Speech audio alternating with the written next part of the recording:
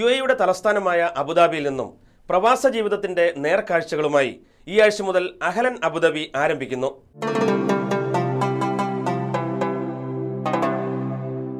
കാണുവാൻ ആഗ്രഹിച്ച് കാണാതെ പോകുകയും കേൾക്കണമെന്ന് കരുതി കേൾക്കാതെ പോകുകയും ചെയ്ത ഒട്ടേറെ വിശേഷങ്ങളാണ് ക്യാപിറ്റൽ ക്യാൻവാസ് എന്ന ഈ സെഗ്മെന്റിൽ.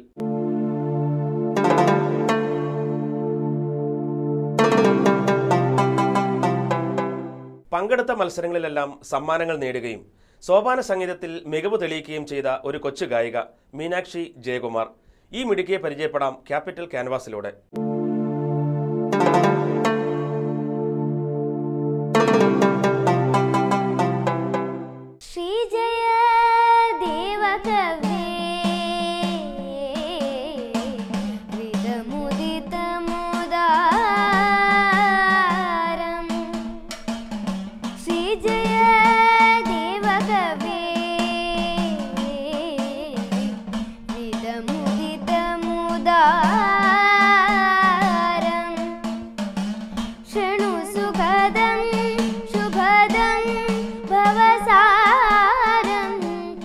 ക്ഷേത്രകലകളുമായി ബന്ധപ്പെട്ട സംഗീതശാഖയായിട്ടാണ് സോപാന സംഗീതം അറിയപ്പെടുന്നത്. എന്നാൽ ഈ സംഗീതശാഖയുമായി ബന്ധപ്പെട്ട് പ്രവർത്തിക്കുന്നവർ ഗൾഫിൽ വളരെ ചുരുക്കമേ ഉള്ളൂ. അന്യം നിന്നു പോകുന്ന ഈ കലാരൂപത്തെ പാരമ്പര്യമായി തനിക്ക് കിട്ടിയ സിദ്ധിയിലൂടെ നിലനിർത്തുവാനും ഗൾഫിലെ വേദികളിൽ സോപാന സംഗീതം അവതരിപ്പിച്ച് ഈ സംഗീതശാഖയെ ജനകീയമാക്കുവാനുമുള്ള ശ്രമം നടത്തുകയാണ് ഈ കൊച്ചു ഗായിക.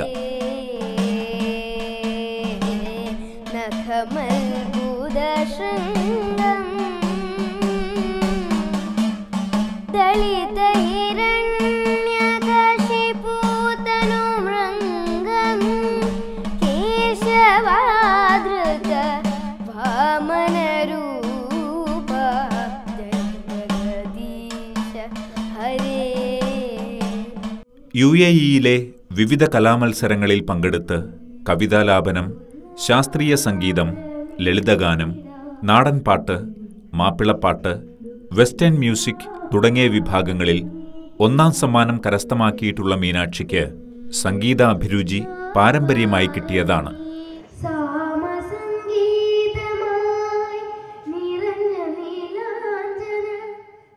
ശാസ്ത്രീയ സംഗീതം അഭ്യസിച്ചിട്ടുള്ള ഗായിക കൂടിയായ അമ്മ ഡോക്ടർ രേഖ മകളുടെ അഭിരുചി തിരിച്ചറിഞ്ഞ് ചെറുപ്രായത്തിൽ തന്നെ സംഗീതത്തിന്റെ ബാലപാഠങ്ങൾ പറഞ്ഞുകൊടുത്തു.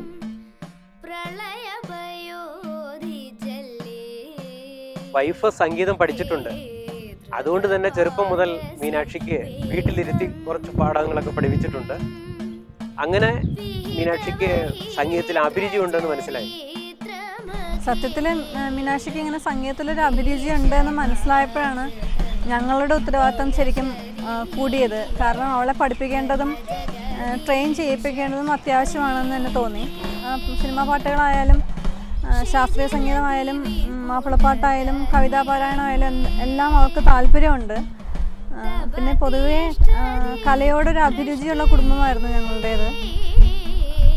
അതുകൊണ്ട് തന്നെ അവൾക്ക് കൂടുതൽ ട്രെയിനിങ് കൊടുക്കണം, അവളാലാവുന്നത് അവളെ കൊണ്ട് ചെയ്യാൻ സാധിക്കണം എന്നുള്ളതാണ് ഞങ്ങളുടെ എല്ലാവരുടെയും ആഗ്രഹവും പ്രാർത്ഥനയും. സംഗീതത്തിൽ ബിരുദാനന്തര ബിരുദമുള്ള ദിവ്യ ബി നായരുടെ കീഴിൽ സംഗീത പഠനം നടത്തുകയാണ് ഇപ്പോൾ മീനാക്ഷി ജയകുമാർ. മീനാക്ഷിയുടെ അനിയത്തി കല്യാണിയും സംഗീതത്തിന്റെ വഴിയിലൂടെ തന്നെയാണ്. വിവിധ കലാമത്സരങ്ങളിൽ പങ്കെടുത്ത് കല്യാണിയും തന്റെ സംഗീത പാഠവും തെളിയിച്ചു കഴിഞ്ഞു.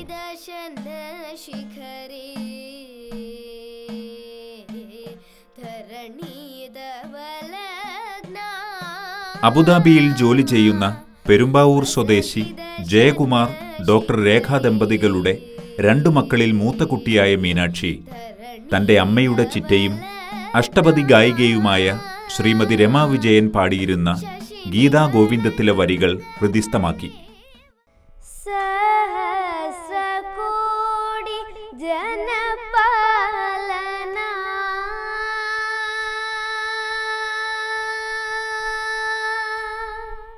തന്റെ മുത്തശ്ശിയിൽ നിന്ന് കേട്ടുപഠിച്ച ജയദേവ കൃതികളെക്കുറിച്ച് കൂടുതൽ അറിയാനായി ഈ കൊച്ചുമിടുക്കി സംസ്കൃത പഠനവും തുടങ്ങി. എൻ്റെ മുത്തശ്ശൻ്റെ ഒരു സിസ്റ്റർ ഉണ്ട്, രമച്ചിറ്റ പാടുന്ന കേട്ടിട്ടാണ് എനിക്ക് അഷ്ടപതിയോട് താല്പര്യം വന്നത്. ഞാൻ കുറേ വേദികളിൽ പാടാൻ പോയിട്ടുണ്ട്, കുറേ മത്സരത്തിനും പോയിട്ടുണ്ട്, കുറേ സമ്മാനം മേടിച്ചിട്ടുണ്ട്. എനിക്ക് വലുതാവുമ്പോൾ ഒരു അറിയപ്പെടുന്ന പാട്ടുകാരിയാവാനാണ് താല്പര്യം. മീനാക്ഷിക്ക് എല്ലാ സഹായങ്ങളും നൽകിക്കൊണ്ട് സംഗീതാധ്യാപിക ദിവ്യ ബി നായരും മീനാക്ഷിയുടെ മാതാപിതാക്കളും സജീവമായി രംഗത്തുണ്ട്. സംഗീത പഠനത്തോടൊപ്പം ശാസ്ത്രീയ നൃത്തവും മീനാക്ഷി പഠിക്കുന്നുണ്ട്.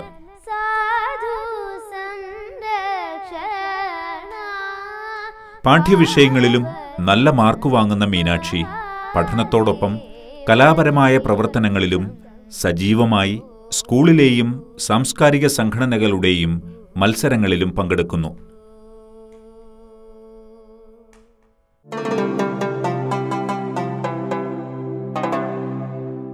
പ്രവാസികളുടെ നിത്യജീവിതത്തിൽ ശ്രദ്ധയോടെ കൈകാര്യം ചെയ്യേണ്ടുന്ന വിഷയങ്ങളാണ് ക്യാപിറ്റൽ ടിപ്സ് എന്ന ഈ സെഗ്മെന്റിൽ.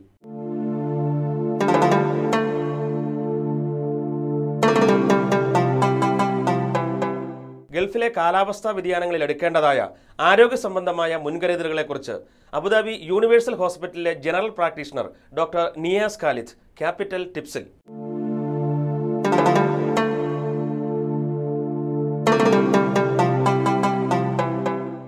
കാലാവസ്ഥാ വ്യതിയാനങ്ങൾക്കനുസരിച്ചും ജീവിതശൈലി വ്യത്യാസങ്ങൾക്കനുസരിച്ചും പ്രവാസികളിൽ ഒരുപാട് രോഗങ്ങൾ കണ്ടുവരുന്നുണ്ട്. അത് ഗൾഫിൽ പ്രത്യേകിച്ചും എക്സ്ട്രീം ആയ ക്ലൈമറ്റാണുള്ളത്. ഒന്നില്ലെങ്കിൽ ഭയങ്കര തണുപ്പായിരിക്കും, അത് കഴിഞ്ഞാൽ ചൂടായിരിക്കും. ഇങ്ങനെ ഓരോ ക്ലൈമറ്റ് ചേഞ്ച് വരുന്നതിനനുസരിച്ചും പല തരത്തിലുള്ള രോഗങ്ങളും പിടിപെടാവുന്നതാണ്.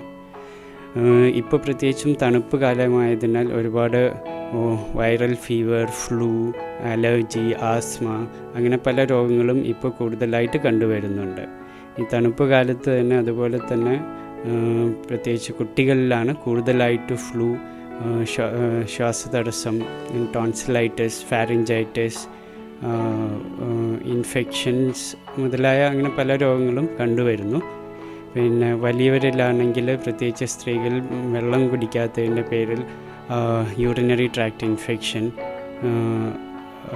അഡൽട്ട്സിലും ബാക്കിയുള്ളവരിലും വൈറൽ ഫീവർ, ഹെപ്പറ്റൈറ്റിസ് അങ്ങനെ പല രൂപത്തിലുള്ള അസുഖങ്ങളും ഇപ്പോൾ കണ്ടുവരുന്നുണ്ട്.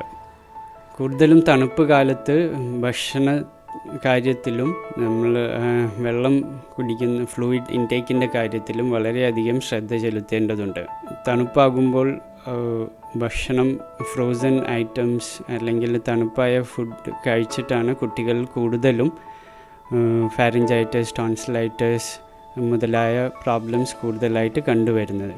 ഇപ്പോൾ കൂടുതലായിട്ടും ഇവിടെ ഒരു വൈറൽ ഫീവർ, ഫ്ലൂ അല്ലെങ്കിൽ പകർച്ച വ്യാധി പോലെ വരുന്ന പനി, പണ്ട് കേരളത്തിലൊക്കെ കണ്ടുവരുന്ന അതുപോലെയുള്ള പകർച്ച പനി ഇപ്പോൾ കൂടുതലായിട്ട് ഇവിടെ കണ്ടുവരുന്നുണ്ട്. സിവിയർ ബോഡി പെയിൻ, തളർച്ച, ക്ഷീണം, തലവേദന, ചുമ, കഫക്കെട്ട് മുതലായ കൊണ്ട് എല്ലാം കൂടി വരുന്ന ഈ പനി ചിലർക്ക് ആൾമോസ്റ്റ് 1 week to 10 days വരെ എടുക്കുന്നുണ്ട് റിസോൾവ് ചെയ്യാൻ വേണ്ടിയിട്ട്. ഇതെല്ലാം ഒരു പരിധി വരെ നമ്മുടെ ഭക്ഷണത്തിലും നമ്മുടെ സറൗണ്ടിങ്സും ശ്രദ്ധിക്കുകയാണെങ്കിൽ ഒഴിവാക്കാൻ പറ്റാവുന്ന അസുഖങ്ങളാണ്. കൂടുതലായിട്ടും നല്ലവണ്ണം വെള്ളം കുടിക്കുക, തണുപ്പുള്ള പ്രത്യേകിച്ച് ഐസ്ക്രീം മുതലായ ഭക്ഷണങ്ങൾ ഒഴിവാക്കുക തുടങ്ങിയതുകൊണ്ടൊക്കെ, പിന്നെ പനിയുള്ള ആൾക്കാർ അവർ ചുമ, തുമ്മൽ അതിൽ നിന്നെല്ലാമാണ് ഇത് പകരുന്നത്. അവർ പനി വരുന്ന ഉടനെ തന്നെ നല്ല ഡോക്ടറെ കണ്ട് അത് ചികിത്സ തേടുകയും പനി കൂടുതലാവാതിരിക്കാൻ ശ്രദ്ധിക്കുകയും അത് മറ്റുള്ളവരിലേക്ക് പടരുന്നത് ഒഴിവാക്കുന്ന രീതിയിൽ ശ്രദ്ധിച്ച് പെരുമാറുകയും ചെയ്തു കഴിഞ്ഞാൽ ഒരുപാട് പ്രോബ്ലംസ് നമുക്ക് ഒഴിവാക്കാൻ പറ്റുന്നതാണ്. ഇനി തണുപ്പ് കാലം കഴിഞ്ഞ് നമ്മൾ ചൂട് കാലത്തേക്കാണ് പോകുന്നത്. ചൂട് കാലത്തേക്ക് വരുമ്പോൾ അതിനനുസരിച്ചിട്ടുള്ള ഒരുപാട് രോഗങ്ങൾ നമുക്ക് കണ്ടുവരുന്നുണ്ട്. പ്രത്യേകിച്ചും മലയാളികളുടെ ഇടയിൽ കൂടുതലായിട്ട് kidney stones, blood uric acid high ആവുക, കൊളസ്ട്രോൾ അങ്ങനെ ഒരുപാട് പ്രശ്നങ്ങൾ പ്രത്യേകിച്ചും മലയാളികളുടെ ഇടയിൽ കൂടുതലായിട്ട് കണ്ടുവരുന്നുണ്ട്. ഇതിലെല്ലാം കിഡ്നി സ്റ്റോൺസും യൂറിക് ആസിഡും എല്ലാം പ്രധാനമായിട്ടും കൂടാനുള്ള കാരണം നമ്മുടെ ജീവിതശൈലിയിലുള്ള പ്രോബ്ലംസ് കൊണ്ട് തന്നെയാണ്. വെള്ളം ഫ്ലൂയിഡ് ഇൻടേക്ക് കുറയുക, കൂടുതലായിട്ട് മാംസാഹാരം കഴിക്കുക തുടങ്ങിയവയാണ് യൂറിക് ആസിഡും കൊളസ്ട്രോൾ കൂടാൻ പ്രധാനമായിട്ടും കാരണമാകുന്നത്. പ്രത്യേകിച്ചും ഗൾഫിൽ വന്ന് പലർക്കും കിട്ടുന്നു എന്ന് പറയുന്ന ജീവിതശൈലി രോഗങ്ങളെല്ലാം മിക്കതും ചെറിയ ജീവിതത്തിലെ ചെറിയ മോഡിഫിക്കേഷൻസ്, ചെറിയ ശ്രദ്ധ കൊണ്ട് നമുക്ക് ഇല്ലാതാക്കാൻ കഴിയുന്ന രോഗങ്ങളാണ്. റെഗുലറായിട്ട് എക്സസൈസ് ചെയ്യുക, നല്ല ഭക്ഷണം കഴിക്കുക, നല്ലവണ്ണം വെള്ളം കുടിക്കുക, അങ്ങനെ പല ചെറിയ ചെറിയ മോഡിഫിക്കേഷൻസ് നമ്മുടെ ജീവിതത്തിലുള്ള ചെറിയ ചെറിയ മാറ്റങ്ങൾ കൊണ്ട് തന്നെ നമുക്ക് ഈ വലിയ രോഗങ്ങളിൽ നിന്ന് ഒരു പരിധിവരെ മുക്തി നേടാൻ സാധിക്കുന്നതാണ്. അതിനെക്കുറിച്ചെല്ലാം പഠിക്കാനും ഒരു അവയർനെസ് ഉണ്ടായിട്ട് ഈ രോഗങ്ങൾ വരാനുള്ള കാരണങ്ങൾ മനസ്സിലാക്കുകയും അതിനനുസരിച്ച് ജീവിതശൈലിയിൽ മാറ്റങ്ങൾ വരുത്താൻ തയ്യാറാവുകയും ചെയ്താൽ ഒരു പരിധിവരെ ഇങ്ങനത്തെ അസുഖങ്ങളിൽ നിന്നെല്ലാം മോചനം നേടാൻ സാധിക്കും.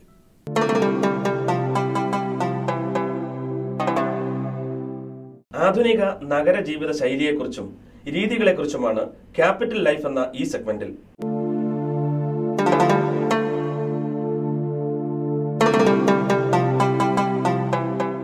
മാനസിക സമ്മർദ്ദങ്ങളിൽ നിന്നും മാറി തങ്ങളുടെ ഒഴിവുവേളകൾ ആസ്വാദികരമാക്കുന്ന കാഴ്ചകളാണ് ഈ ആഴ്ചത്തെ ക്യാപിറ്റൽ ലൈഫിൽ.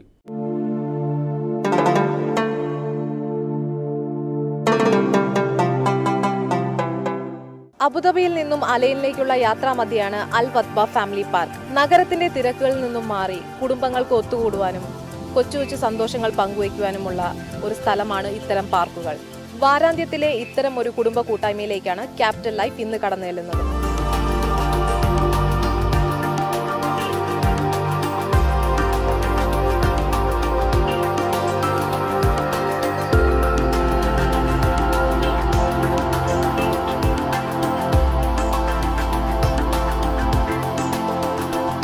പ്രവാസ ജീവിതത്തിലെ മാനസിക സമ്മർദ്ദങ്ങളിൽ നിന്നും വിടുതൽ കിട്ടുന്നതിനും തങ്ങളുടെ ഒഴിവ് ദിനങ്ങൾ സജീവമാക്കുവാനുമായി മലയാളികൾ അടക്കമുള്ളവർ എത്തിച്ചേരുന്ന ഒരു സ്ഥലമാണ് അൽ വത്ബ ഫാമിലി പാർക്ക്.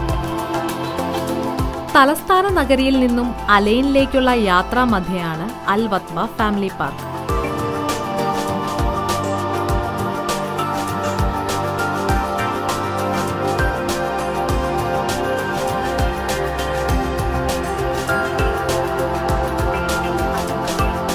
തണുപ്പ് കാലത്ത് ഇവിടെ സന്ദർശകരുടെ തിരക്ക് കൂടുതലാണ്. ബാർബിക്യൂ ഉണ്ടാക്കുവാനും ഭക്ഷണം പാകം ചെയ്യുവാനുമുള്ള ഇവിടത്തെ സൗകര്യം പ്രവാസി കുടുംബങ്ങളെ മാത്രമല്ല സ്വദേശികളെയും ഇവിടേക്ക് ആകർഷിക്കുന്നു.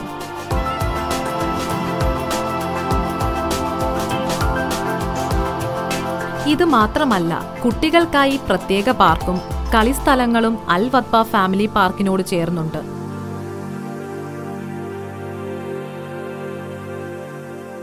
ഫ്ളാറ്റിന്റെ അടച്ചിട്ട മുറികളിൽ നിന്നും കൈമേയ് മറന്ന് കളിക്കുവാൻ കിട്ടുന്ന സായാഹ്നങ്ങൾ കുട്ടികളും നഷ്ടപ്പെടുത്താറില്ല.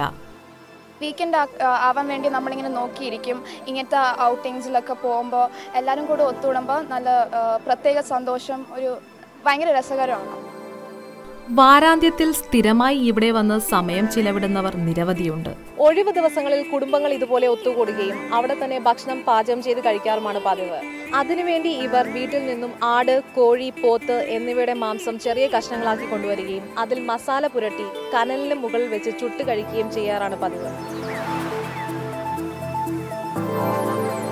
ചിക്കൻ, മട്ടൺ, ബീഫ് എന്നിവ കൊണ്ട് ബാർബിക്യൂ ഉണ്ടാക്കുവാനും പാർക്ക് പോലുള്ള തുറസായ സ്ഥലത്ത് എത്തിച്ചേരുവാൻ വേണ്ടി എത്ര ദൂരം യാത്ര ചെയ്യുവാനും പ്രവാസി മലയാളി കുടുംബങ്ങൾക്ക് മടിയില്ല എന്ന് തെളിയിക്കുന്നതാണ് ഇവിടെ എത്തുന്ന സന്ദർശക ബാഹുല്യം.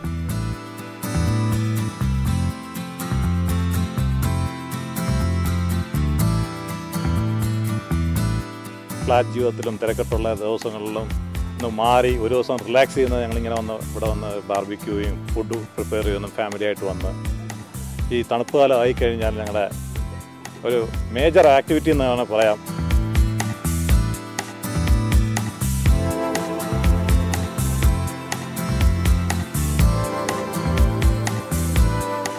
ഇവിടുത്തെ ജീവിതത്തിൽ നമുക്ക് ഇതൊക്കെ ഉള്ളൂ. വല്ലപ്പോഴൊക്കെ ഫ്രണ്ട്സൊക്കെ ആയിട്ടൊന്ന് കൂടുക. വീട്ടിലാകുമ്പോഴത്തേക്കും കുട്ടികളൊക്കെ ഒറ്റയ്ക്കാണ്. ഇവിടെ ആകുമ്പോഴത്തേക്കും ഫ്രണ്ട്സിൻ്റെ കുട്ടികളൊക്കെ ആയിട്ടൊന്ന് കളിക്കാനുള്ള അവസരം. അങ്ങനെ സമയം കിട്ടുമ്പോഴൊക്കെ നമ്മളിവിടെ ഒത്തുകൂടാറുണ്ട്.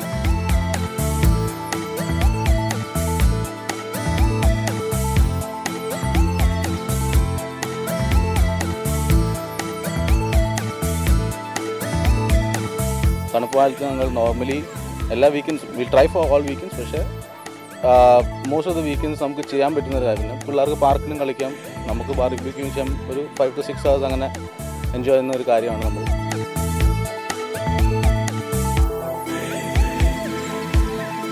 ഇവരുടെ ആഘോഷങ്ങൾ ഇവിടെ അവസാനിക്കുന്നില്ല. ക്യാപിറ്റൽ ലൈഫിന്റെ ഇന്നത്തെ മനോഹരമായ കാഴ്ചകൾ ഇവിടെ അവസാനിക്കുന്നു.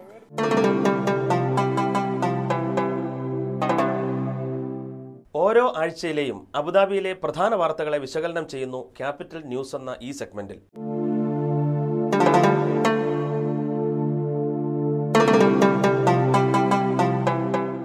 UAE നിയമങ്ങൾ സാധാരണക്കാരിലേക്ക് എത്തിക്കുന്നതിനുള്ള ബോധവൽക്കരണത്തിന്റെ ഭാഗമായി ആഭ്യന്തര മന്ത്രാലയം സംഘടിപ്പിച്ച ക്രിക്കറ്റ് ടൂർണമെന്റ് ശ്രദ്ധേയമായി.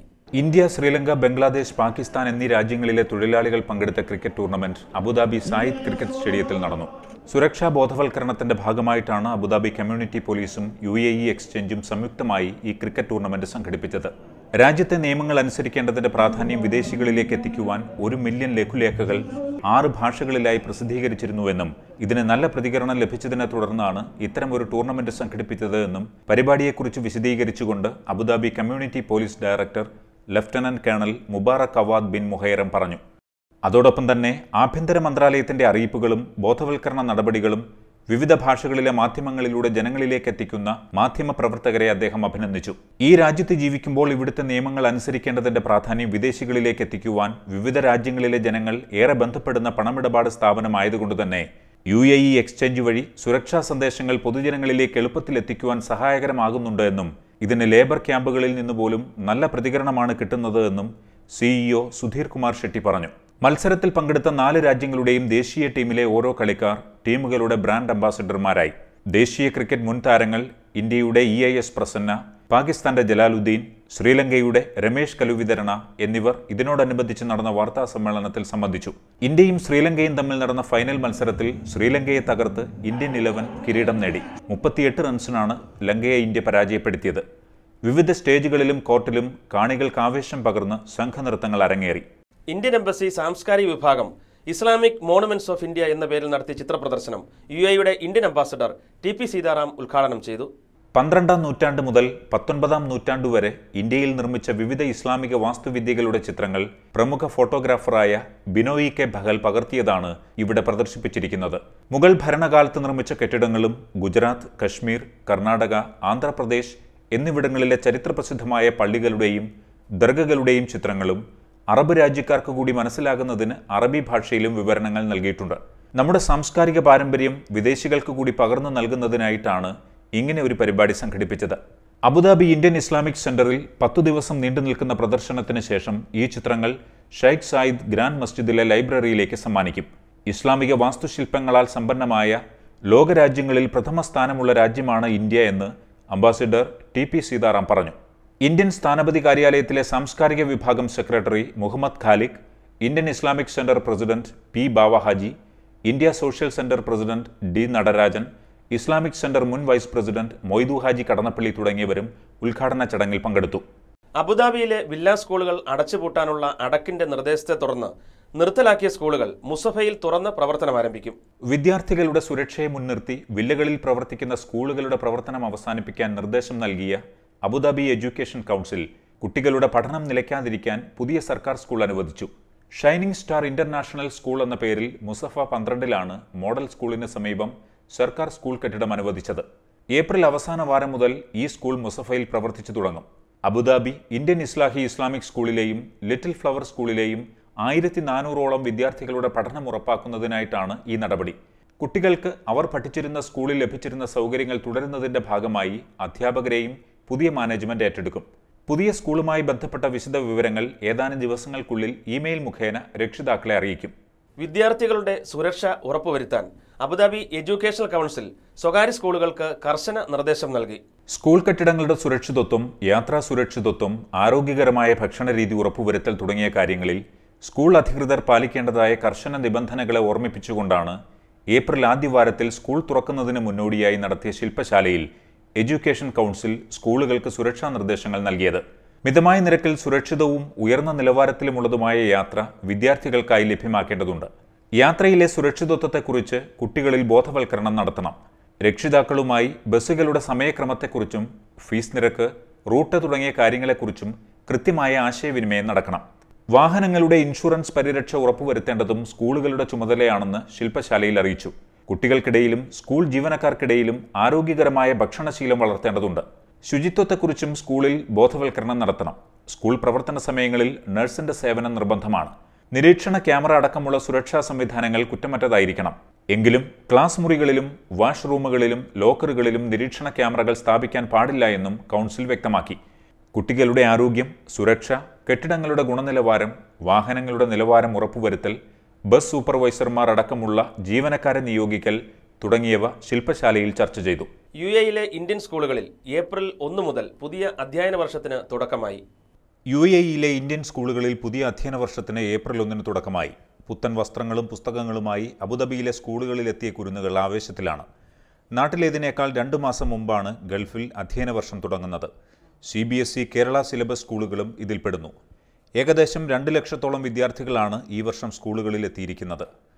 വാർഷിക പരീക്ഷ കഴിഞ്ഞ് മാർച്ച് 19-നാണ് സ്കൂളുകൾ അടച്ചത്. ഏപ്രിൽ 1 ആരംഭിച്ച ക്ലാസുകൾ ഫസ്റ്റ് ടൈം പരീക്ഷ കഴിഞ്ഞ് ചൂട് ശക്തമാവുന്ന ജൂൺ അവസാന വാരം അടയ്ക്കുകയും ചെയ്യും. അഹ്ലൻ അബുദാബിയുടെ ഇന്നത്തെ വിശേഷങ്ങൾ ഇവിടെ പൂർണ്ണമാകുന്നു. നിങ്ങളുടെ അഭിപ്രായങ്ങളും നിർദ്ദേശങ്ങളും ഞങ്ങളെ അറിയിക്കുക. agin@amrdatv.com. അടുത്തയാഴ്ച പുതിയ വിശേഷങ്ങളുമായി വീണ്ടും കാണാം.